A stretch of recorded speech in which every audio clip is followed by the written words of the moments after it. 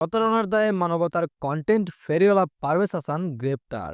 Facebook জুড়ে মানবতার ফেরিওয়ালা সেজে থাকা পারভেজ হাসান বাস্তব জীবনে ভয়ঙ্কর এক জালিয়াত।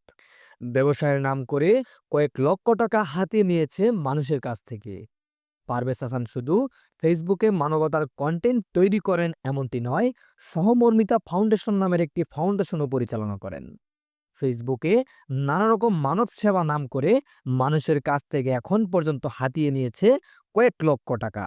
পাশাপাশি লা লিগাসি হোলসেল প্রতিষ্ঠানের শেয়ার বিক্রয়ের নাম করে মেহেজাবিন, শাহানা আক্তার, লিপি আক্তার, নোবেল মাহমুদ এবং নোহা আক্তার সহ বেশ কয়েকজনের কাছ থেকে কয়েক লক্ষ টাকা হাতিয়ে নেয়। পরবর্তীতে তাদের টাকা দিতে অস্বীকার করে। টাকা না পেয়ে পারভেজের বিরুদ্ধে মামলা করে মেহেজাবিন।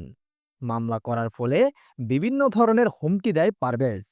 আজ আদাবর থানা পুলিশ গ্রেপ্তার করেছে এই মানবতার ফেরিওয়ালাকে। মামলার বাদী মেহজাবিনের দাবি, কয়েক দফা টাকা চাওয়ার পর নানা ধরনের হুমকি দেয় পারভেজ।